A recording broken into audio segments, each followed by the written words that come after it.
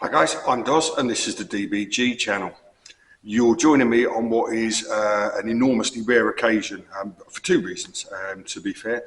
One, because it's just gone 7 o'clock in the morning on a Sunday and I'm actually up and awake, which is something of a novelty recently because, and this is the second of the reasons, for many Sundays in a row, which is as regular viewers will know is the only time I get to shoot out at Colne Valley.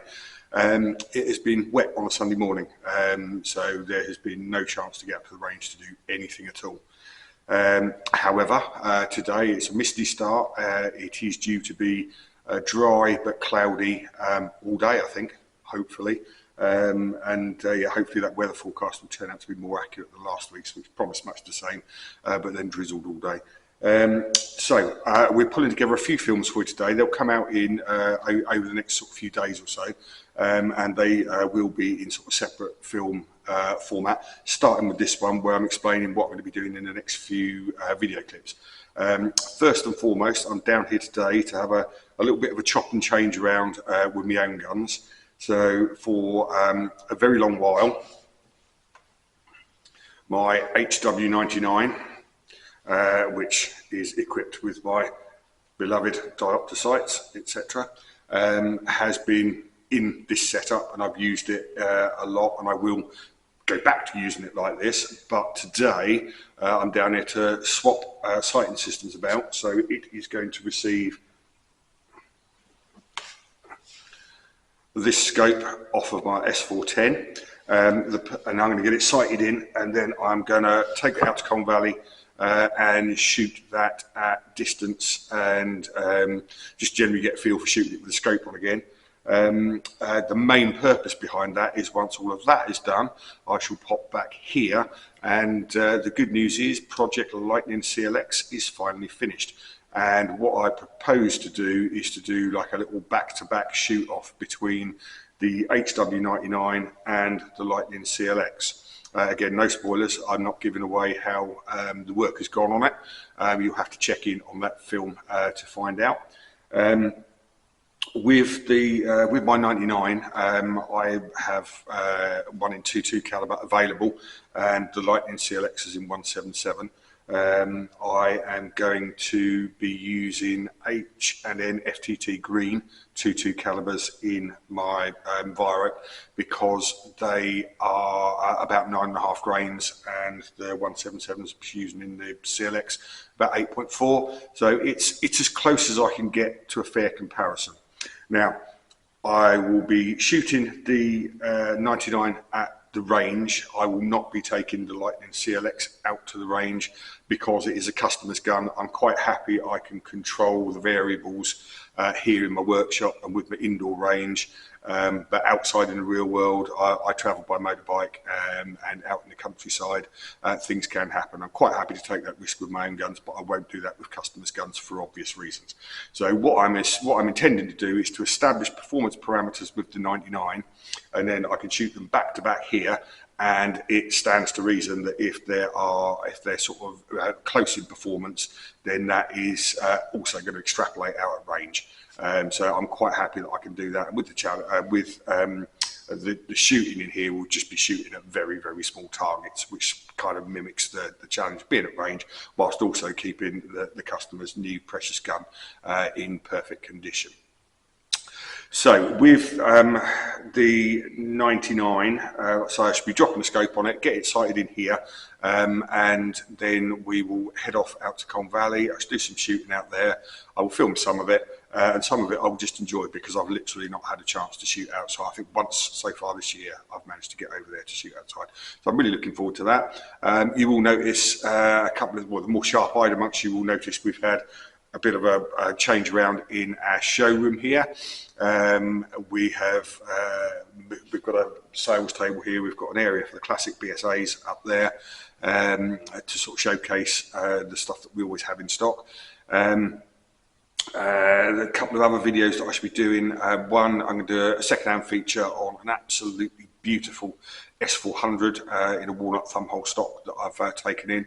Later on we'll drop a scope onto that and just pop 10 down the range and see what sort of group we can get from that.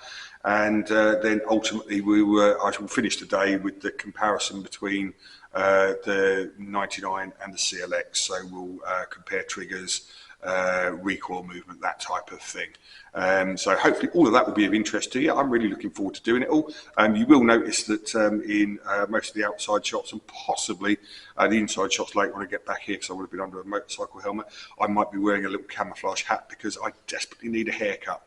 But don't worry, I won't be filming that. You won't have to watch that. Yeah, so we'll pick up once I've got scopes and stuff swapped over. We'll do some basic grouping with the 99, and then I can head off out to the range. See you again soon.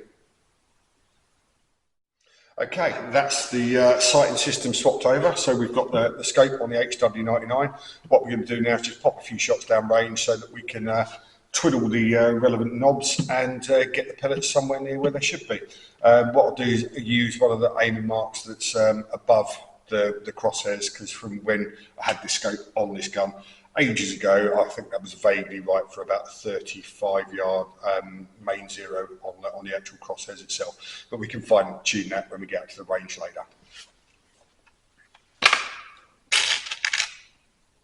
So I think it's a lot of people have talked about the Lightning CLX, the natural competitor to it being the HW95, and on price point, I completely understand that. However, I think in terms of the actual weight of the rifles and build, I think the 99 is a closer competitor, which does make it a little bit awkward with the price point on CLX. But if we've managed to get it shooting as well, then potentially the fact that it's British, the fact it's BSA, British made and everything, could be more than enough to make up the difference. But we'll see how we go with that later.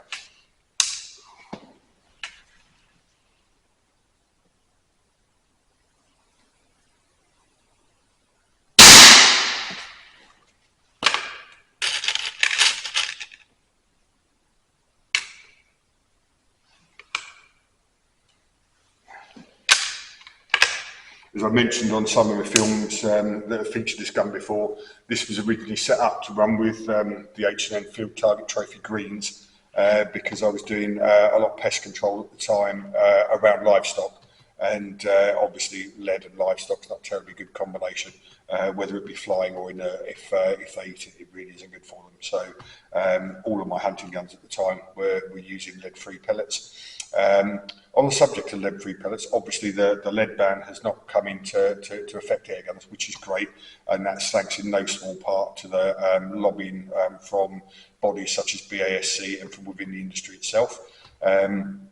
However, for those that do have to use lead-free for reasons like I've just mentioned, I will say that of the various different ones I've tried, the JSB lead-free Diablos have been very good.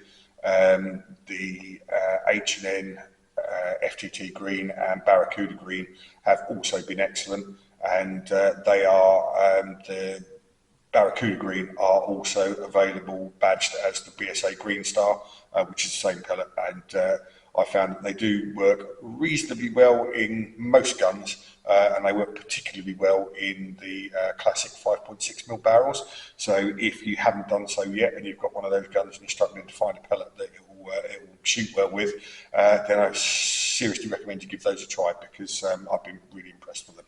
But let's stick another one down here, and then we'll get some sights adjusted and then get the camera down range and see what sort of group we're getting.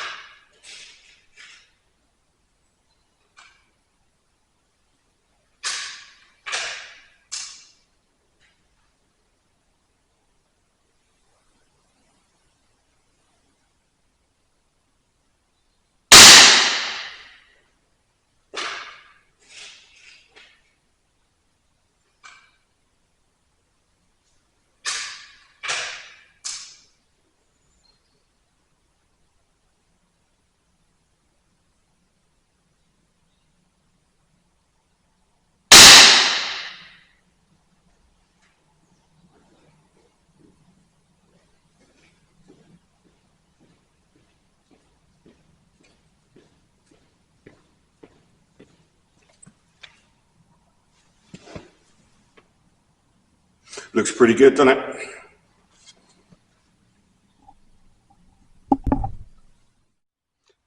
Hi and welcome to Colne Valley. As we were discussing earlier, I've popped out here with the HW99 just to get it set up and establish exactly what its sort of performance levels are at different ranges. And then when I go back to unit later, we can do a direct comparison then with the CLX, like for like, in sort of microscopic sort of target challenges in terms of grouping against each other, because we know what this is capable of at range. We can then do a direct comparison with that on a matched challenge, and that would then extrapolate to how its performance would be if I brought it out here, which I haven't for reasons I've already explained. Okay. It was really misty and foggy earlier, and after all the rain we've had, it's a bit like Somme underfoot out here, but it's outdoors and it's not actively raining. I'll take that.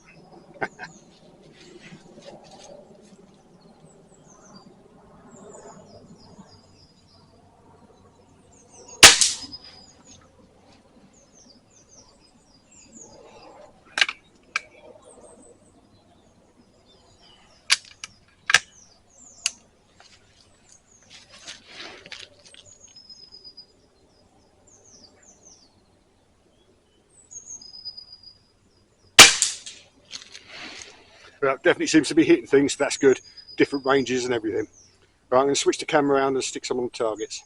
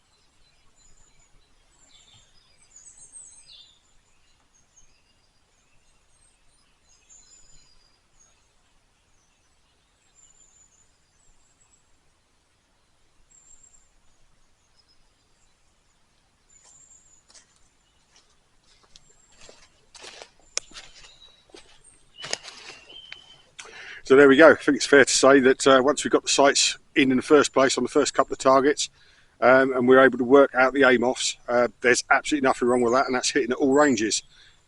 A very good indication of what the gun's capable of, and that will then give us a fantastic comparator when we put it back to back with the CLX when we get back to the unit. Okay, well, it's been quite the adventure getting there. We're going to do a little sort of side-by-side visual comparison, weights and measures between these two. I've just shot the 10-shot groups with them, so I know what the accuracy outcome is, but we'll save that till the very end. And then what I'm going to do is give my own sort of balanced view of overall, which I think has come out on top. Some of it's going to be subjective stuff like sort of looks and feel, because obviously that varies from person to person. Right, first of all, let's look at my 99 in terms of weights and measures. I will just use my cheat sheet because my memory's not that good. HW99, overall length 105 centimetres, barrel is 39 centimetres, length of pull, it's a typically Ricci Weihrauch 39 centimetres, extended slightly because mine's got one of my DBG butt plates on it, works really well by the way. And the weight is 3.67 kilograms scoped. In terms of handling, it shoulders really nicely, is a little bit of a stretch to the trigger. The comb is a bit low for ideal scope use. I have got the scope in sort of medium mount, so it definitely could be worse.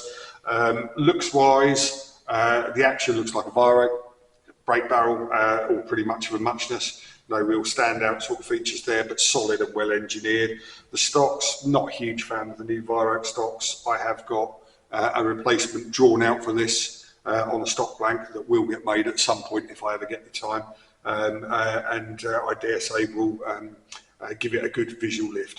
So not a huge fan of all of this sort of stuff. I think the old plainer stocks were better, but again, that's a personal opinion, very subjective. So that's the weights and measures on that. And then if we look at the Lightning CLX, I think visually it's a much more appealing looking gun. Got a lot more interesting bits and bobs going on. It's got a double scope barrel. I'm not quite sure what the idea behind that is. You've got your standard grooves, and then you've got where traditionally you'd have had the maxi grip scope rail on BSAs. There's another aluminium scope ramp on there, which is, I mean, it makes it easier to mount scopes with a larger objective lens, which is absolutely fine. And it gives you options, I suppose. You can always swap it out for a Picatinny adapter if you wanted to. It comes with the BSA volumetric silencer included. So visually, I think it's stunning. So I think that's a definite win for the BSA on appearance. And handling, the cheek piece is perfectly aligned for this type of scope. It feels really good in the hand. The reach to the trigger is much more sort of humanly capable. So in terms of appearance and handling, they're both absolute wins for the BSA. I'll give you the weights and measures on the Lightning CLX. So Lightning CLX, length is 92.5 centimetres without the silencer fitted, and 110 centimetres with the silencer. So depending whether the silencer fitted or not, it's sort of either side of the 99. So the 99 kind of sits right in the middle there. The barrel is 30.5 centimetres without the silencer, so a bit shorter in the barrel. The weight is almost identical. Obviously, there's a little variance in the scopes there. Although that one's got bigger glass, that one's got bigger scope tube and mount. So overall, I reckon it's a pretty fair representation. So that's 3.7 as against 3.67, and which, if you remember, is one of the reasons why I wanted to compare the CLX against the 99, because it is also a lightweight, lively spring gun. So I think it's a much fairer comparison. The length of pull on the CLX is a good 4 centimetres, 3.5 centimetres short of the Weihrauch at 35.5, and you can really feel that in the shoulder. Okay, so the next thing we're going to look at is trigger pull and recoil movement. How I'm going to do that is I'm going to stop the camera, move it in right close to the side and discharge a couple of shots down range so that you can see the movement on the trigger and the movement on the rifle. So bear with us a sec and we'll be back in a second once I've reset the shot. Okay, first up, the HW99S. Let's just get that in shot. There we go. So, automatic safety. Not a huge fan of safety catches, full stop. Definitely not a fan of automatic ones. So I think that's already a win for the BSA. It comes with a decent safety catch and it's manual, but we'll cover that in a sec. So, safety off. And then I'll just point it in a safe direction. Hang on a sec, let me just make sure that's okay. Yep, that's all good. So, as you go to take a shot, you've got first stage travel there, comes to a nice crisp stop there, and then gently increase the pressure, and a beautiful creep-free break of the trigger. Again, we'll do that again, and this time we'll be concentrating on recoil movement.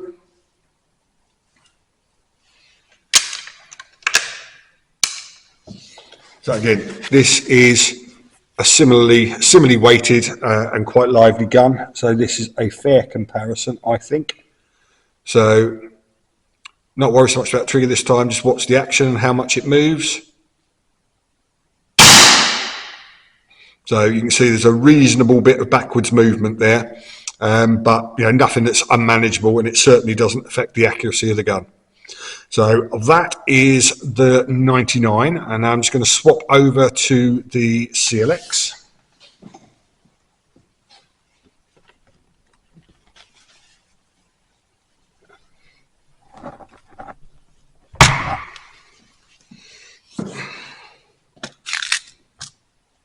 Swap over the pellets as well, don't want to be trying to shoot 2.2s through it, do I?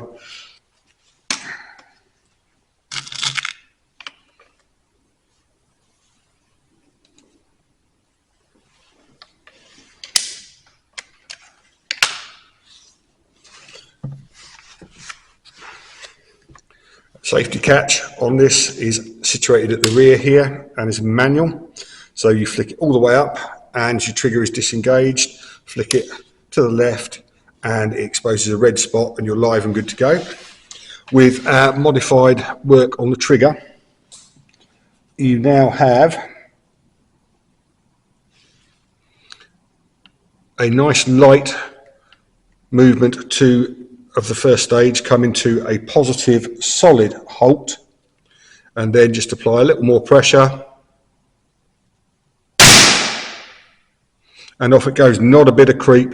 It's a little heavier than the Weihrauch, and I can't get it much lighter than it is now without running into the risk of drop fires from a lack of sear engagement, but that is so much better than it was before. So when we started, very draggy, very creepy, very heavy, just deeply unpleasant.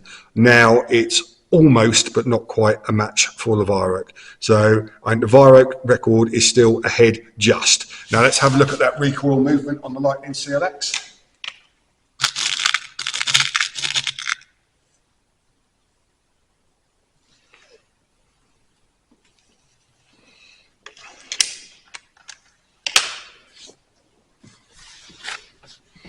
Okay, let's pop that in place. Make sure it's on a target backstop. There we go. And again, keep a careful eye on the movement and see how much it moves compared to the Weihrauch. Shot release coming up now. It's slightly less. Now, given where we started with this, I think that's a massive win. A huge, huge win. Okay, so we're going to, I'm going to cut the camera again and then we'll run to a conclusion after I've showed you the targets. Okay, so to sum up, we've obviously been through quite a process with the Lightning CLX. I will give you an overview of what the final workings were, but we'll come to that in a sec. With the shooting, I say 10 shot group with each of them. For full disclosure, there is I have equal vested interest in both guns. I'm an agent for Range Right, who distribute BSAs, and for Whole Cartridge, who distribute Weihrauchs. So whichever one of these comes out on top, I still win because I sell both of them. So that's great. But obviously, we've done quite a bit of work on the Lightning CLX to get it where it is. Those of you who followed the series will know all the bits have already been through. The final setup that we've gone for that's given us the results that we want is obviously the massive piston weight is gone. It's running its standard original mainspring. We tried it with others, but it just wouldn't make sufficient power. One of the real big issues with it was the piston washer, piston seal, was incredibly tight in the bore. So we've sized that so it's a much better fit. So it's a sliding fit now rather than you need to put a drift in and hit it with a mallet sort of fit. And it's ended up running the standard spring with a Delrin top hat and Delrin spring guide. The trigger work we did was using a slightly long screw for in the adjustment area and cleaning up the awful finish on all the sear faces, which has made a real night and day difference.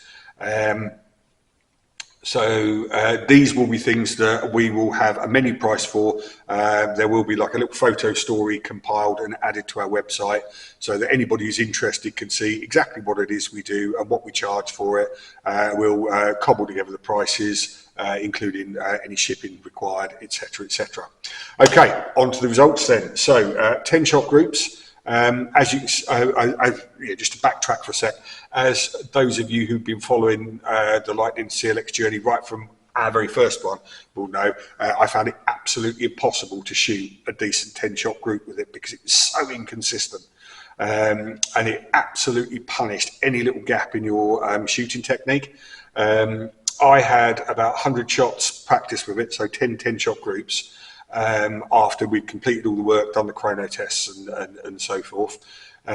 Talking of chrono tests, the power has settled out at around about 9.5 to it's creeping up towards 10, depending on pellets. It will increase ever so slightly as it beds in.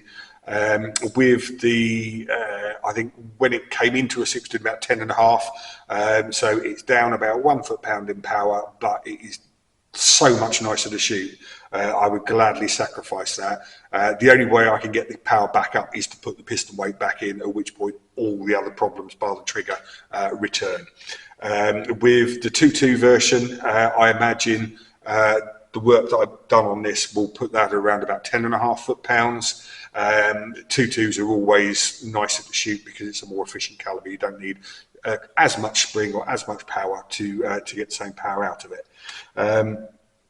So I had 10 shot groups once we've done all the power testing, and managed to do 10 shot groups without flyers, which I would have thought was impossible with this gun.